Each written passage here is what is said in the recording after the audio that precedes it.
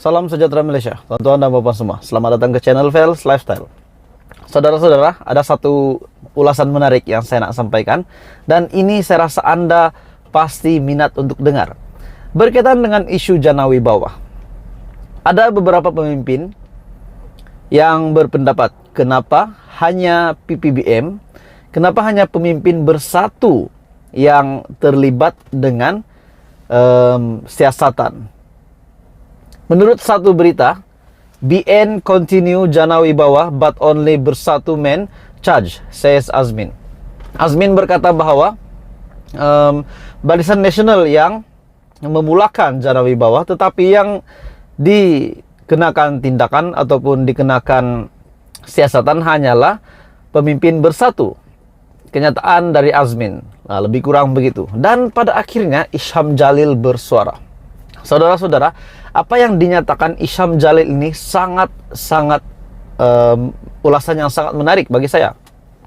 Menurut Isham Jalil,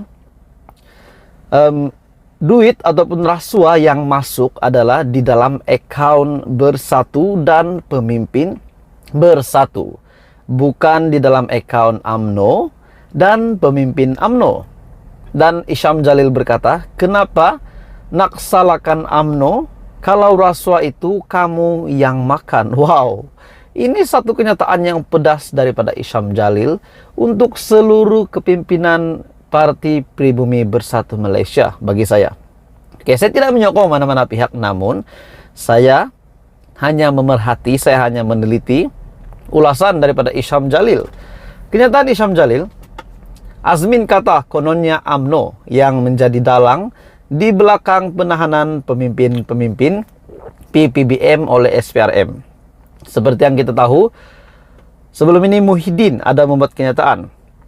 Dalang daripada Jana Wibawa ini adalah Zahid Hamidi. Namun banyak pemimpin UMNO yang menafikan perkara itu, menidakkan perkara itu, dan hari ini Isham Jalil pula membuat kenyataan membahas tentang apa yang dinyatakan oleh Azmin Ali.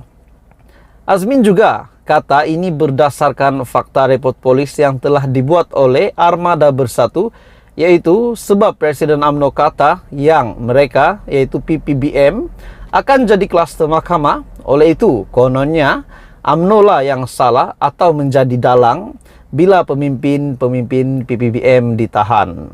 Azmin kata kononnya UMNO yang menjadi dalang. Ini karena katanya Dato' Sri Zahid dan Isham Jalil telah buat kenyataan yang pemimpin PPBM akan jadi kluster mahkamah lebih awal. Dan kata Azmin, ya kerana sebelum ini saya telah buat kenyataan di media menyuruh Faizal Azumu untuk fokus kepada kes-kes rasuah mereka yang bakal dihadapi dan usah sibuk soal parti lain. Azmin juga mempersoal kenapa hanya pemimpin PPBM yang ditahan dan mengapa pemimpin UMNO tidak ditahan. Walhal projek Jana Wibawa itu katanya diteruskan ketika pemimpin UMNO jadi PM selepas Muhyiddin. Dan akhirnya Isham Jalil berkata, carilah hujah yang lebih baik Azmin. Kenyataan kamu semalam tersebut seolah-olah kebudak-budakan. Kamu kata kamu sudah lama dalam politik, takkan ini yang terbaik kamu boleh berhujah untuk bela Muhyiddin. Jika kamu mencuri dan ada orang boleh mengagak dan kata kamu akan didakwa dan akan masuk penjara kerana mencuri, ia tidak bermakna. Orang itulah yang menjadi dalang apabila kamu kena tangkap polis. Pemimpin PPBM dan pemimpin UMNO yang didakwa sebab duit, kickback dan rasuah dari projek Jana Wibawa itu masuk ke dalam akaun PPBM dan pemimpin PPBM, bukan ke dalam akaun UMNO dan akaun pemimpin UMNO. Takkanlah jika kamu atau rakan kamu yang makan rasuah UMNO yang salah. Itu adalah jawaban daripada Isham Jalil. Sekiranya Anda mahu jawaban penuh daripada Isham Jalil, Anda boleh melihat Facebook Isham Jalil. Bagi saya, saudara-saudara, ini adalah satu serangan balas daripada UMNO untuk Azmin Ali dan Perikatan Nasional berkaitan dengan isu Jana Wibawa. Apa komen Anda? Teruskan bersama di dalam channel ini. Jangan lupa bantu channel ini dengan menekan butang like, share, dan subscribe. Salam sejahtera Malaysia. Satu perkongsian menarik saya nak sampaikan hari ini berkaitan dengan isu yang hangat, Selain daripada Jana Wibawa, selain daripada penangkapan SPRM, hari ini pula saudara-saudara berkaitan dengan isu royalti minyak. Seperti yang kita tahu, Kelantan dan Terengganu, kita dapat lihat kemungkinan besar royalti minyak akan dibatalkan. Dalam pada itu di parlimen, kenyataan daripada Azalina Othman, di mana royalti minyak Terengganu dan Kelantan dibatalkan disebabkan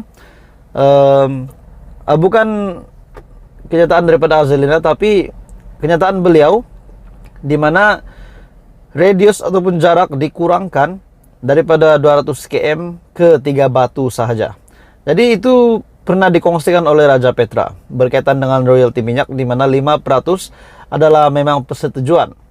Tapi ada satu kenyataan yang saya lihat berkaitan dengan isu royalti minyak, di mana Raja Petra pun ada membuat kenyataan bahwa kerajaan PH menikam belakang Kelantan dan Terengganu menerusi royalti minyak ini. Itu adalah kenyataan Raja Petra. Hari ini pula daripada Twitter Raja Petra juga beliau berkongsi satu artikel berita dari Malaysia Kini, di mana kenyataan daripada Presiden Warisan, Sabah berhak untuk mendapat 20% royalti minyak.